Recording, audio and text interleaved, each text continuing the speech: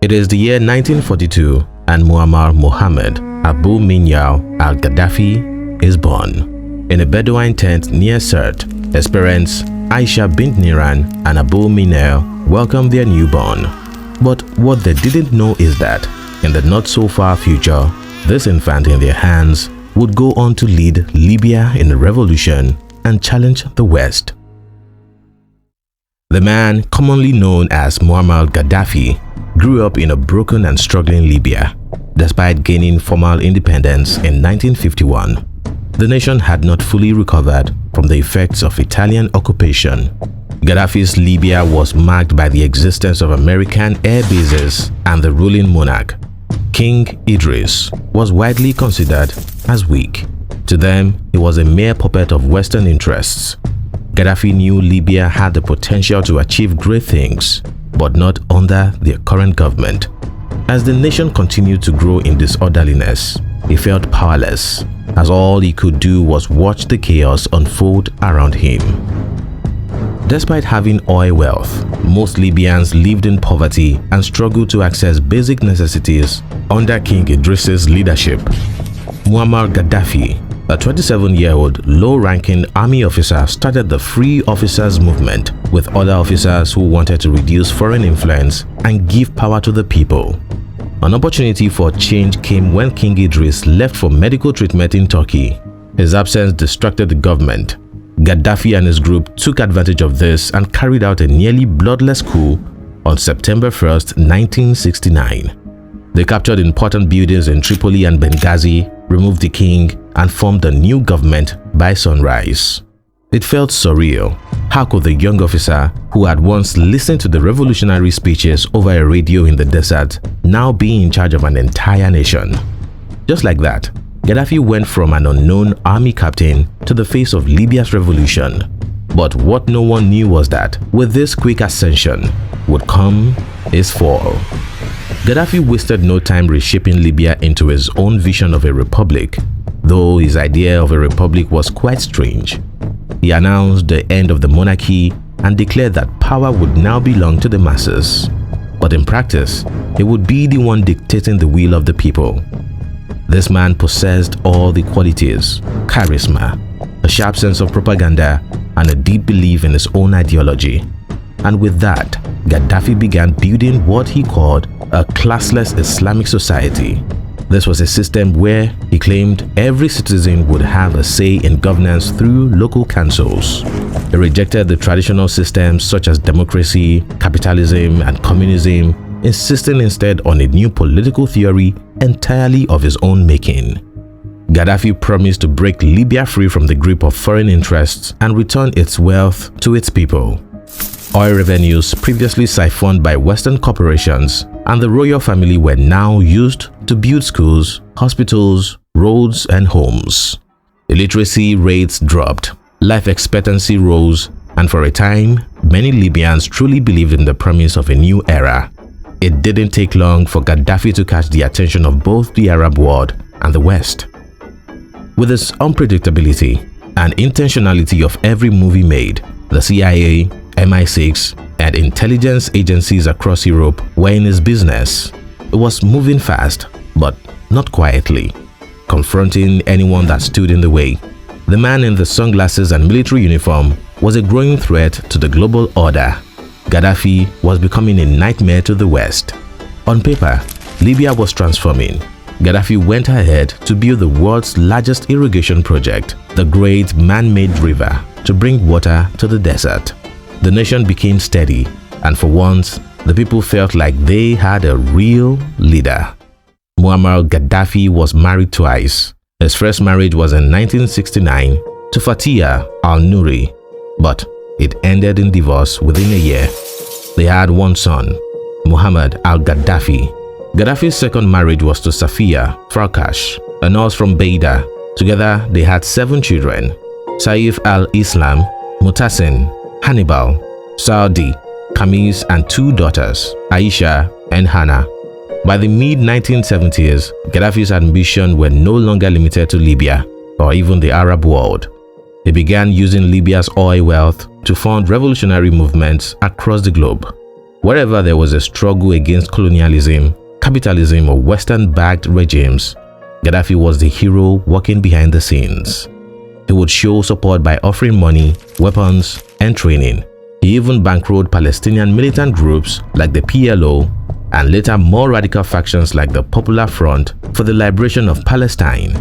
He also supported African liberation movements in countries like Chad, Angola, and South Africa.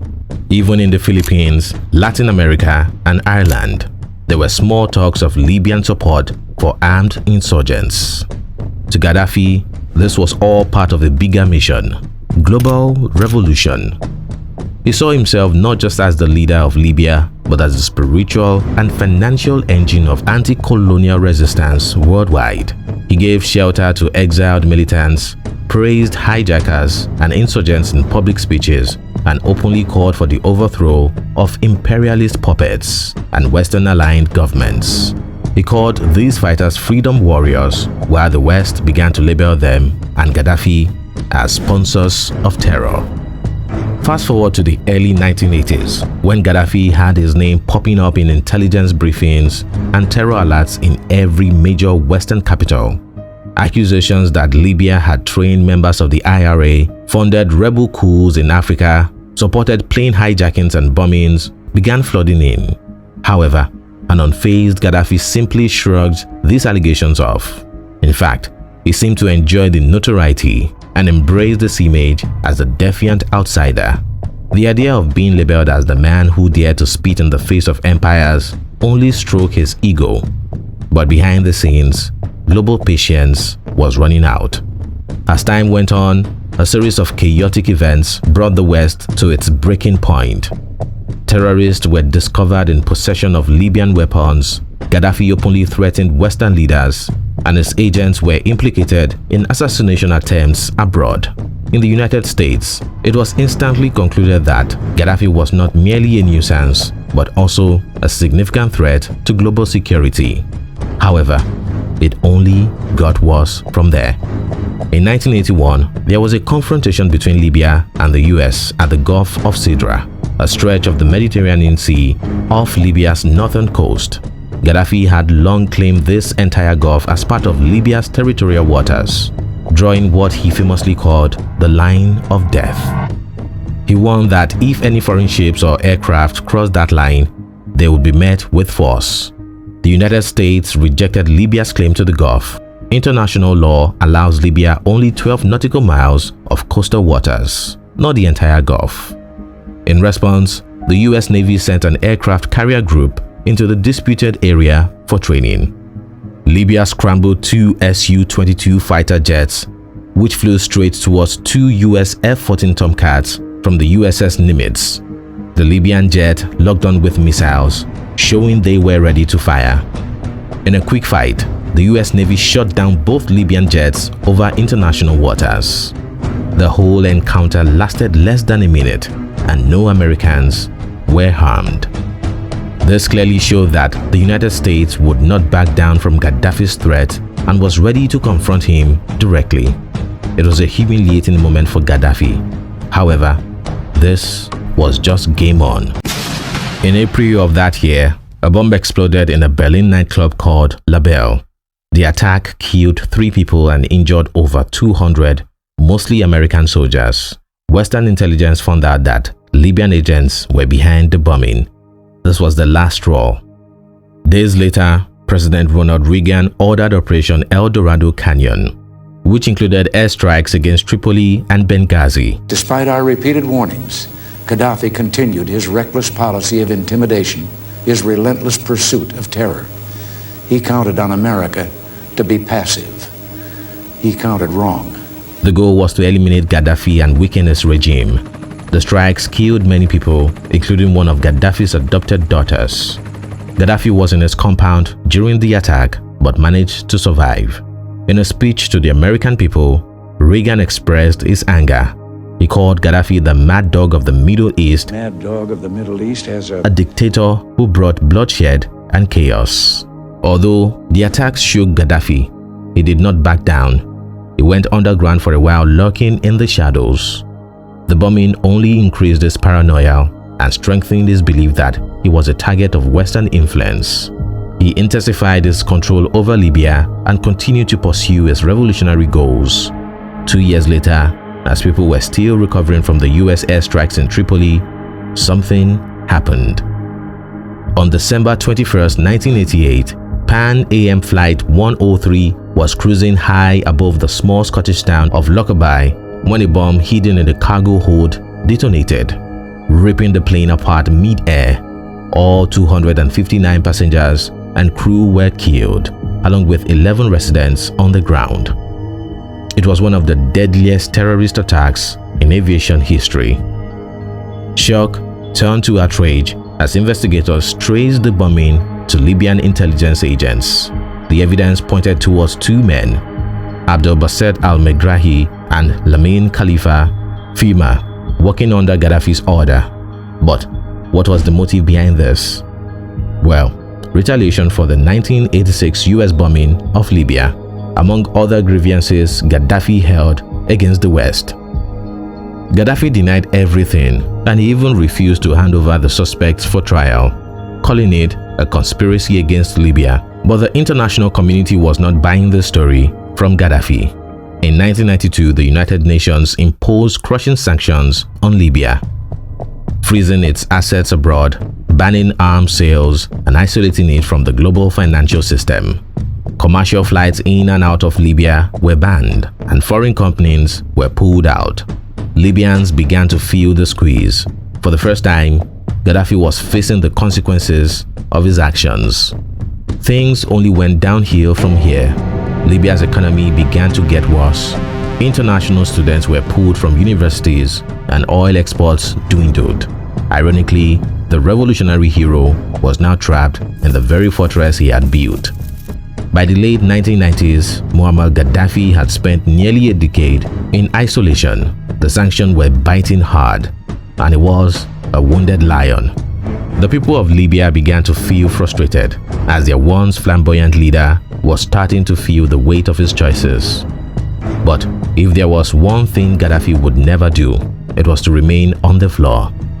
Instead, he found strength and picked himself up. In 1999, he made a surprising decision to allow the Lockerbie bombing suspects to stand trial under Scottish law.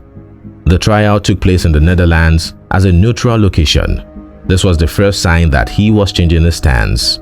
Then, in 2003, facing increasing pressure and possibly seeing an opening, Gaddafi did something unexpected.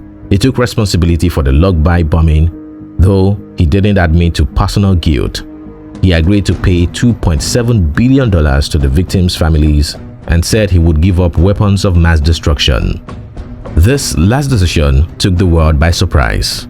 Just months after the US invaded Iraq looking for weapons of mass destruction, Libya announced it would dismantle its nuclear and chemical weapons program. Inspectors were invited in, secret facilities were revealed, and stockpiles were destroyed.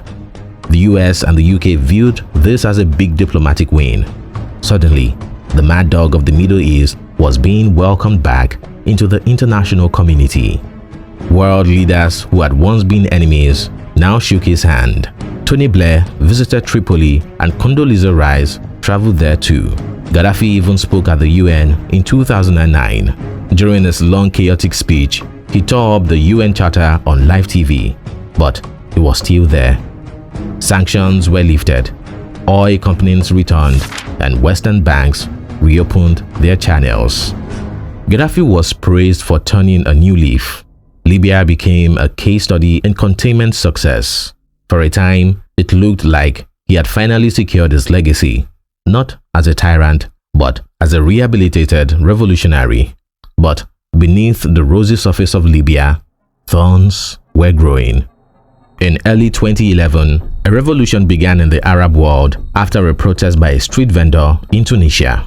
This movement led to the overthrow of governments in Tunisia, Egypt, and Yemen. In Libya, protests against Gaddafi's dictatorship quickly turned violent. Gaddafi responded with troops and mercenaries, leading to clashes in the streets.